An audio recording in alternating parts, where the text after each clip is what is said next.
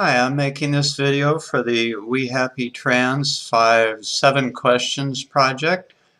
Um, Number one question is, what is your name? My name is Liz LaVenture.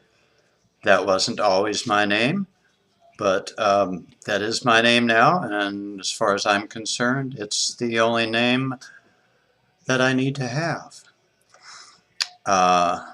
Who has been number two, who has been most supportive of my transition? Various different people in my life. There's a very nice transgender community here where I live in St. Louis. I have some very close friends that are either further along in their transition or have transitioned longer ago than I have. I have friends that are just beginning, and we all kind of network and help each other and go out together. That's been a big help. I have one friend from my previous life that has stayed with me. She is a tremendous help. Um, and I have various other friends, both from the past and cisgendered friends that are former co-workers that have been very supportive. Probably the primary thing, though, would be the trans community here in St. Louis, and also the greater LGBT community. They've been wonderful. A real godsend and lifesaver to me. Number three, what do I most enjoy about since transition? I guess I could backtrack a little. I started living full-time as my present gender, which I guess if you need a label, it would be female. I am a trans woman. I started full-time 2 years ago, 2 years ago, March. So what do I most enjoy? There's a tremendous inner feeling of contentment and centeredness. I think Jen Richards in her own video said that there's no sense of pretending or putting on a costume. It is all genuine and authentic now. I don't have to figure out which I am today. Am I presenting male or am I female? It's all female. There's no pretend. There's no either or. It's full speed ahead, and it's centered, and it's very calming and satisfying, and all the anxieties of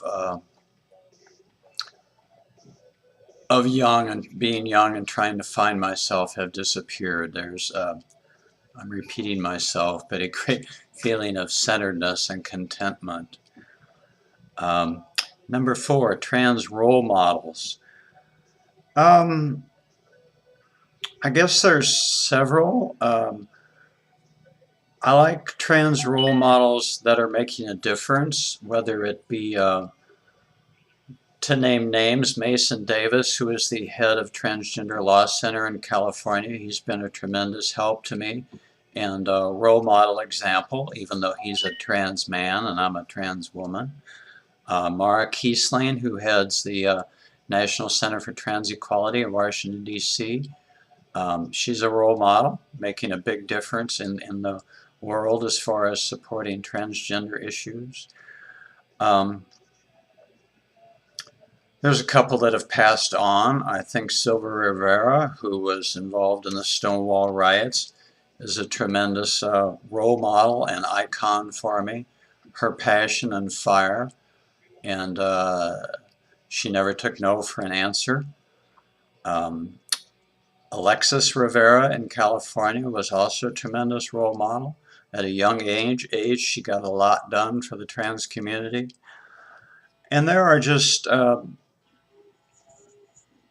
several others, and I guess the list could go on, but the role models other than those names would be anybody that's making a difference and that could stand up as a leader, either because they're trans or in spite of being trans, or in their specific example, being trans doesn't even matter. Just somebody that's making a difference. I think that's important to me. Number 5, changes I would like to see in the world. I kind of touched on that in the previous question. I would like to see diversity, whether it be trans or other aspects of the LGBTQ community. I would like to see diversity accepted. Um, you know, everybody doesn't have to be viewed as exactly the same, but everybody should be viewed as equal, and everybody should have the same seat at the table, be able to contribute. Job equality, housing equality, marriage equality. We should all be the same. Um, we are all human beings, and that should be all that needs to be said about that. Number 6, what am I doing to make those changes happen? Well, since I first came out and began my transition, I right away got in touch with the LGBT Center here in town. I started volunteering right away there. I have got in touch with as many transgender people in town as I can, and try to do my own part to create a transgender community where we can network with each other and not be isolated and separated. So I'm trying to network with the greater LGBT community and the trans community, and I do volunteer work in all those different facets to try to help create change. I also do some writing for a local LGBT magazine to promote both trans and diversity, visibility, and access. I do other volunteer work also. Um, I guess that's what I'm trying to do to make the change happen. Number 7, what about me is unique about my story? That's the interesting thing about that I have learned about the trans community. We are at the same time each unique. Our transitions are all a little different. But in the greater scheme of things, the large picture, uh, we're all in the same boat. So how am I unique from anybody else? That's really hard to pinpoint. I'm really nothing special. I started my transition a little later in life. I transitioned at work when I had a little less than 2 years left till retirement. I did that. I have since retired. So some of my pressures as far as being able to transition at work, I did that long enough to reach retirement, and now I don't have to worry about work. I don't have to worry about finding a job while trans. That part of my life is behind me, so you know, that's neither a plus or a minus. I guess that's unique. Um, I'm originally from California, which, because of recent, within the last year, legal changes in California, my transition has legally been a little easier than some other people, perhaps. Um, and now that I have retired, I plan on moving back to California, and I will stay involved in the trans and LGBT communities after I do move. I guess that's my uniqueness.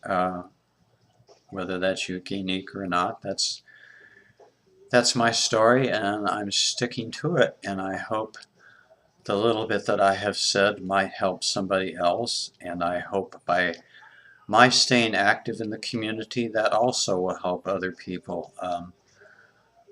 I think the young people coming along have a lot of questions, but thanks to the internet, it is easier for younger people to get help versus myself when I was younger. I didn't have the internet, and it was hard to find a community of people like me or to find information.